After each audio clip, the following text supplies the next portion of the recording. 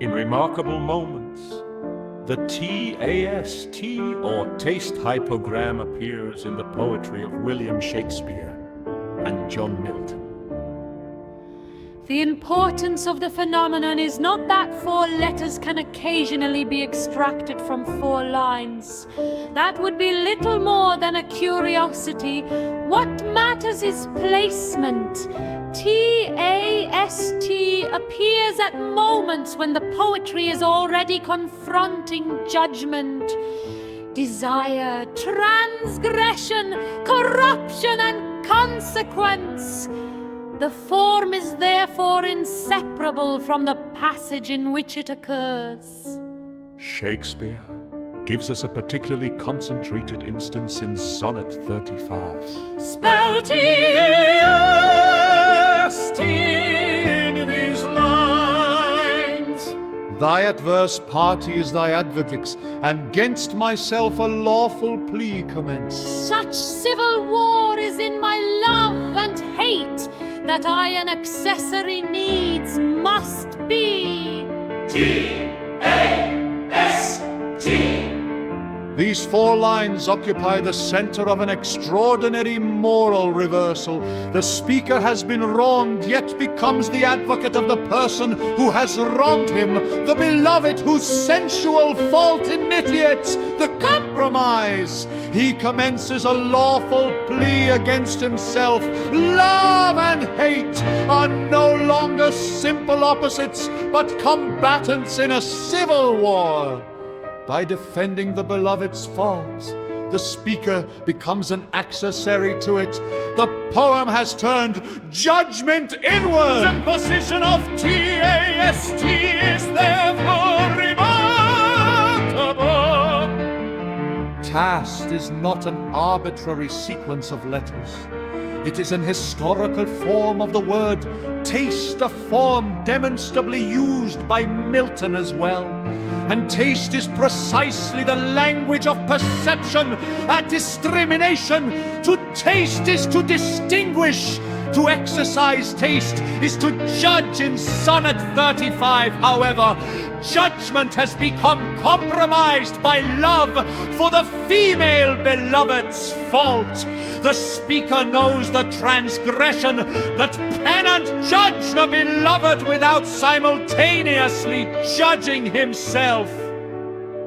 The hypogram is placed inside that contradiction. This becomes still more striking in Milton's Paradise Lost. While Milton opens his epit with the explicit vocabulary of the mortal taste, the most astonishing manifestation of the hypogram emerges. In Book 9, at the exact climax of the transgression of law, initiated by the feminine anima through Eve's offering and captured in Adam's confession. TAST. This woman, whom thou madest to be my help, and gavest me as thy perfect gift, so good, so fit, so acceptable, so divine, that from her hand I could suspect no ill, and what she did, whatever in itself, her doing seemed to justify the deed. She gave me of the tree, and I did eat.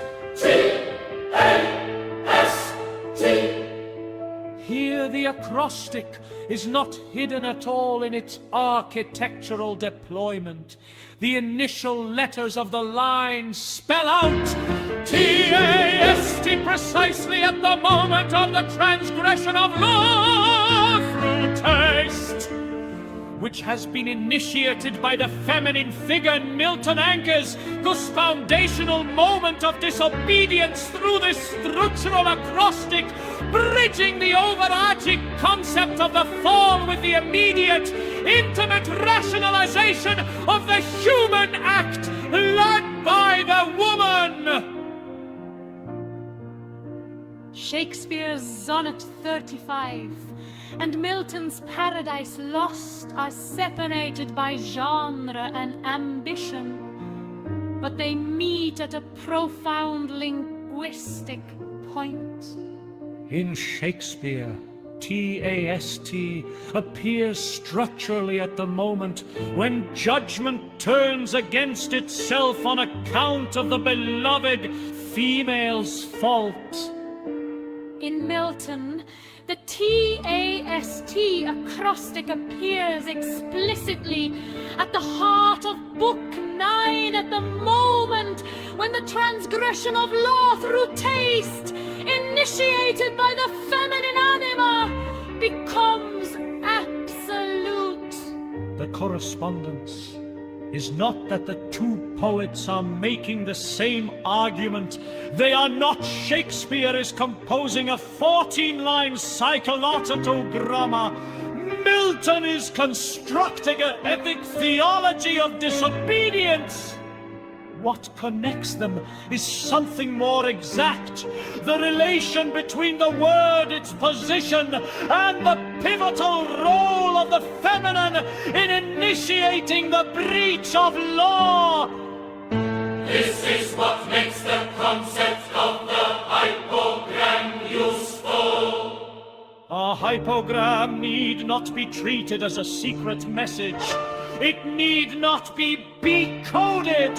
It is a feature of textual organization whose significance in Milton for its relationship to the language surrounding it. The crucial evidence is not simply that TAST can be found. It is that taste appears where questions of judgment, desire, fault, and consequence are already under extraordinary pressure, catalyzed by female action. The distinction is important. To call taste a hidden message is to make the reader imagine a code concealed beneath the poem. To call it a hypogram is to ask a more difficult question.